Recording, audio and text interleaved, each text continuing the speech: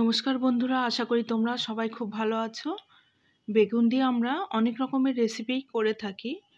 আজকে আমি করেছি সম্পূর্ণ নিরামিষভাবে তৈরি বেগুনের একদমই অন্য রকমের একটা রেসিপি। প্রথমে আমি বেগুনগুলোকে সেদ্ধ করে নেব। বেগুনগুলো সেদ্ধ হয়ে গেছে, আর সেদ্ধ হওয়া বেগুনগুলো থেকে আমি খোসাগুলোকে ছাড়িয়ে নিচ্ছি।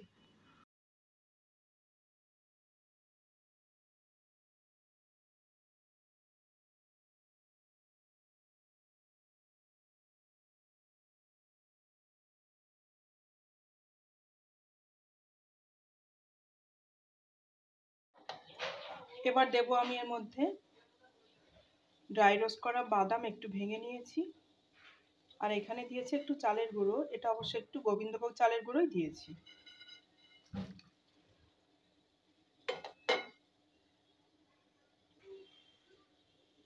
তোমরা যে কোনো চালের গুঁড়োই দিতে পারো। এবার দিচ্ছি আমি এর মধ্যে একটু বেসন, আর দিচ্ছি কাঁচা লঙ্কা কুচি। এবার এর সাথে খুব ভালো করে মিশিয়ে নেব।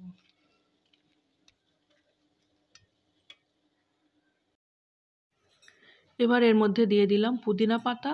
এটা থাকলে দেবে, না থাকলে দেওয়ার কোনো দরকার নেই।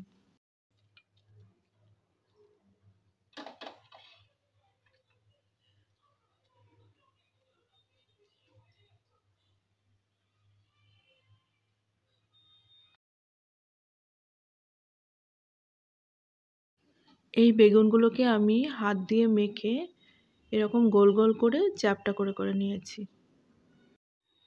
এবার আমি এখানে নিয়েছি চিড়ে। চিড়ে দিয়ে পুরো এই চপের মতো যেগুলো করেছি এটাকে কোট করে নিয়েছি।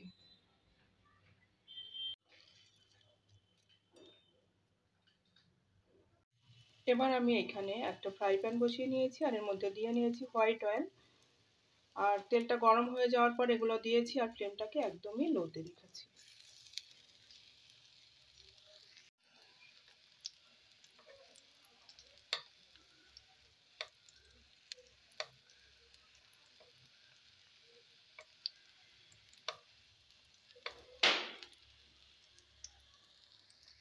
এগুলোকে আমি উল্টিয়ে দিয়েছি,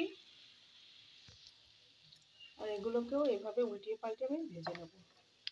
উপর দিয়ে একটু তেল দিয়ে দেবো, তাড়াতাড়ি ভাজাটা হয়ে যাবে।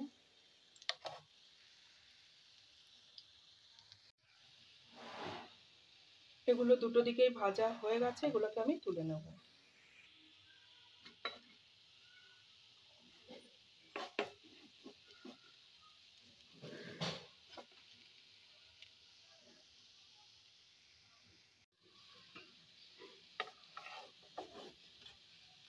এগুলো ভাজা হয়ে গেছে দুটো দিকেই।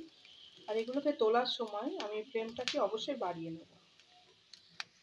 ফ্লেমটাকে বাড়িয়ে দিলে অতিরিক্ত যে তেলটাতে অ্যাবজর্ব হয় সেটা বেরিয়ে যাবে।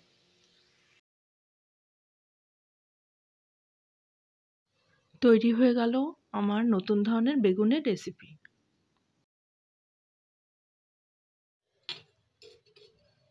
এবার এর উপর দিয়ে চাট মশলা এবং বিট নুন ছড়িয়ে পরিবেশন করুন। কেমন লাগলো আমার আজকের রেসিপিটি অবশ্যই জানাবে। আর সবাই খুব ভালো থাকবে, সুস্থ থাকবে। Thank you.